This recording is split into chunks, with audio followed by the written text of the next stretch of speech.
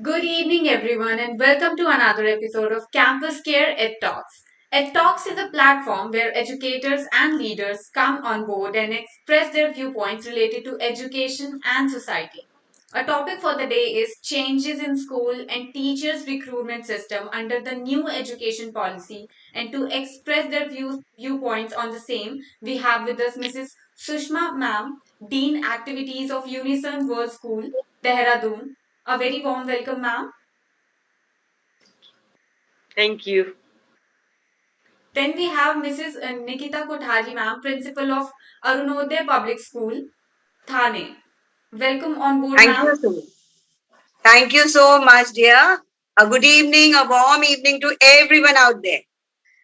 Good evening, ma'am. And then we have CEO Adarsh Educational Solution, advisor, international educator, and author of life stories on Amazon, Dr. Monica Diwan, ma'am. Welcome on board, ma'am. Thank you. Thank you so much, Mehek. And it's a pleasure to connect with all of you. Thank you so much, ma'am. So let's begin off with the session, ma'am, shall we? Yes, sure. So, Nikita ma'am, let's begin with you. So, how do you think the new education policy is, impacting the CTET qualified teachers hiring process? A very good question indeed. Everyone is in talk about NEP. NEP is robust and it's very revolutionary. Um, So this is a policy where there are so many changes like NEP. First of all, I would like to quote education is a powerful tool that can change the world. Correct? That is said by our Gandhiji. So it is indeed a powerful tool which can change the world.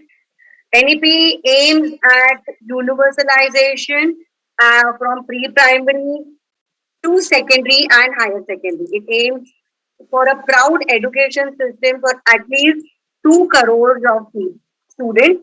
And with this, many and many people will come ahead and take the advantage of it. Actually, it is more into now it is 10 plus 2, but now with this NEP coming up, it is going to be 5 plus 3 plus 3 plus 4.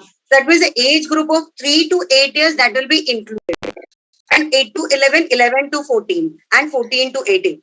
See now, when NEP, when we are talking from base and from higher, when we are looking at students from lower grade, earlier, like now, it was neglected. 3 to 6 was neglected, but with NEP, it will be included. The younger age, the smaller age, 3 to 6.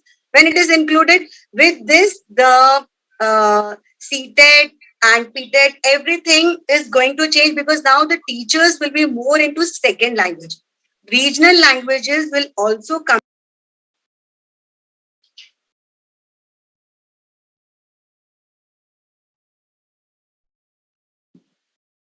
Nikita ma'am, you're not audible to us. All right. Sushma ma'am, would you like to add something to it? Yes, I would like to add that we all should come together and work for it. We all principals, whatever policies are made, they are made for the betterment and to make our nation stronger. So, when recruiting of teachers is held up, the as per the policy, it is going to change. Why? Because now second languages will also come up, and as per the changes in the education system, like 3 plus 5 plus 3 plus 3 plus 4, and a lot of vocational languages skill subjects is coming up. We have to change the pattern, and that is a good one. Thank you so much, Nikita ma'am. That was a really brief explain by you.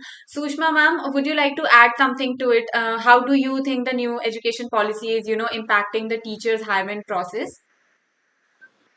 Well, the teacher has to be trained. Now the employers who are looking to recruit the teachers, they are looking that the teacher should be TET qualified or CTET qualified, or there should be the B.Ed program done by, or they should be well trained in the interdisciplinary subject. For example, a person who is good in teaching fashion designing should also be have a well equipped hand on the culinary skills. So multidisciplinary part is also to be taken care of, because when you are opening many windows inside the school, Yes. and integrating the different subjects, so you cannot look for one teacher for two or three students. So the teacher has to be multidisciplinary well. Same time, the teacher has to be proficient in the local language also.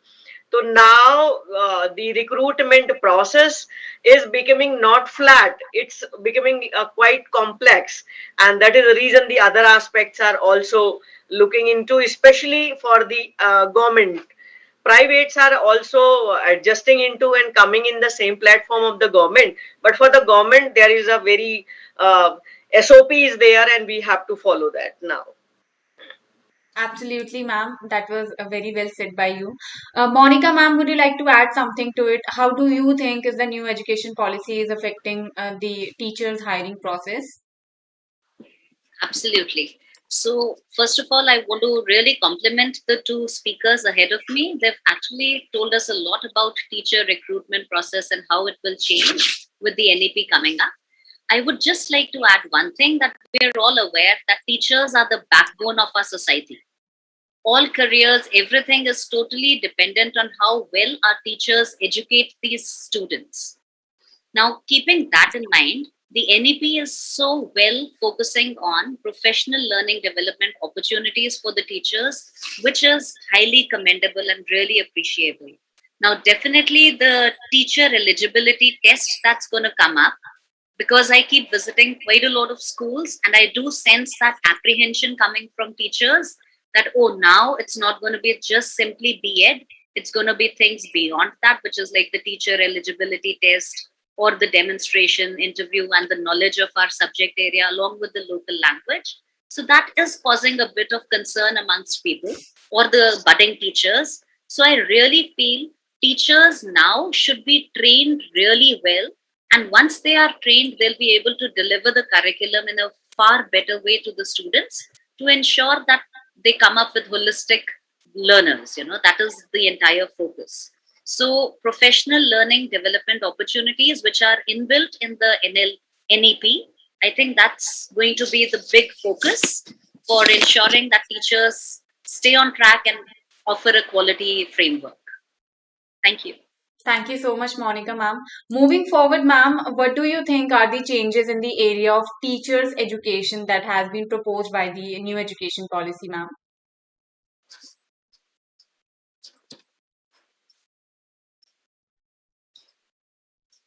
Monica, ma'am? Yes, yes, Yes, ma'am. please. So, what are the changes that you think are in the area of teachers' education that has been proposed by the new education policy? Yes, I really feel I'd like to really answer this question in context with my own experience. And my experience is that I have taught in an Indian school, I have taught in an Indian college, and also at an international school. I have studied at an Indian school, I've studied in an Indian university, and I've studied in an international university. So, keeping that in mind, I'd like to make sure that we all understand that the teachers now should be actually, they have been working really hard all these years. Yes, It's ma'am. not that with the new education policy, teachers will change or just turn overnight into something different. Teachers have been effortlessly working throughout all these years, and we've all seen it during this pandemic phase. How much out of the way our teachers, our educators have gone, especially globally. We've taken this pandemic phase as an opportunity to grow technologically, and we've also learned how to integrate technology in various academic areas, whether it was PE, dance, visual arts, performing arts, math, English, science, everything. But technology has really been utilized in a very positive way. Now, similarly, with NEP coming up, I think the teachers will have to ensure that we not only just build subject experts as our students, we want to make sure we create holistic learners who will be responsible, empathetic, global citizens. We are also focusing on their soft skills, their communication skills, their respect, responsibility, decision making abilities, their problem solving abilities. We are not only just focusing only on the curricula. Yes. So the teachers will have to be ensuring that they are all rounded, developed, so that they can cater the same to the students. Right. Thank you for asking that, Mehek. Thank you so much, Monica ma'am. Moving forward, Sushma ma'am, what do you think are the roles of teachers for qualifying education in the light of new education policy, ma'am? Well, I'm just adding to Monica ma'am. She has already covered during the previous question. Now, teacher has to not only simply content deliver in the class, they have to be have the technology knowledge, so they can blend their teaching with the technology. For examples, when they are teaching uh, biology like heart shape, so fine, they can explain about its content, but for the functioning of the heart, they can take them to the 3D lab, or they can use the video to showcase the how does heart function and what are its various names. So in that way, it has greater impact. So now technology enabled teachers, same time, whatever they have learned, it's not forever. After a couple of period, they have to upgrade their knowledge based on the need of today's. So whether it's a foundational or preparatory or middle or secondary, they have to keep on updating themselves at that level and from one level to another level. Same time, as NPST is coming up, that is National Professional Standard for Teachers. So teacher has to also well versed and how they can incorporate in their performances inside the school or in the life of the student. So they have to be then and there. Same time, teacher has to be empowered also same time, because this is the one man army. If you give the autonomy to the teachers, they can then change the world.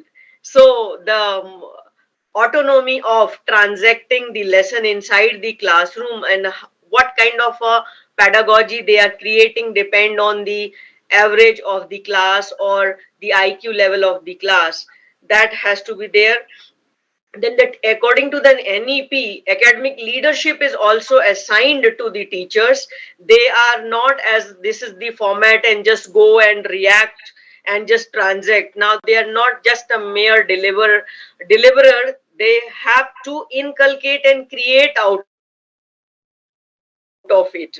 So Bloom taxonomy, which is there, now it has to be the part of daily lesson plan. It should not be only a matter of just making the question paper now. And apart it, 50 hours continuous professional development, which is to be required. For example, the way you are asking us a question, it requires us to have accurate knowledge. What does NEP says? So it has a very document, well defined document, which says step by step, this is the way now teacher have to behave. So this is now the teacher's job is not by chance, it's by choice now. Indeed, ma'am, it's really by choice now. Thank you so much, Sushma ma'am. Monica ma'am, would you like to add something to it? Yes, I would love to. As Shushma's ma'am said, that it is now by choice. And I'm so happy to also read that the national education policy is not going to now follow that, that regimental approach that we have those fixed science, commerce, and arts streams. Yes, We ma'am. are giving that flexibility and choice to students as well to pick and choose. The generation that's coming up nowadays is very picky.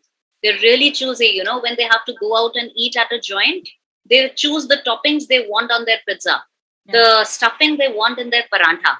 So similarly, we are now able to give them the offering of choosing a stream which they are most comfortable with, which has been happening at an international level for a very long time. You can take a science subject with an art subject and you can explore both. Yeah. You can see what you're passionate about.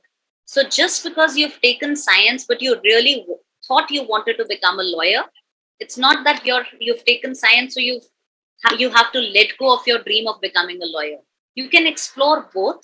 You can see what you might really like and then go for it. So I love that flexibility of offering choice to the students to explore, to let them try.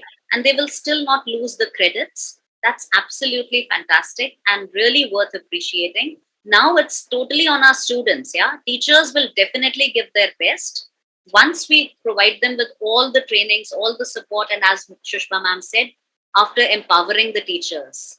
Right, we're expecting a lot from the teachers, that they'll be doing 360 degrees assessment, self assessment, peer assessment, holistic assessment through various domains, which is awesome. Teachers will be doing it. But now the onus will also be on students to actually show us that this beautiful policy that has been created by so many stakeholders, once its implementation is done the right way, we should be able to see our students becoming global citizens, being flexible learners, and taking our country to real peak, like as in the NLP, it said, Ek Bharat, Sresht Bharat. I'm really hoping to see that actually happen.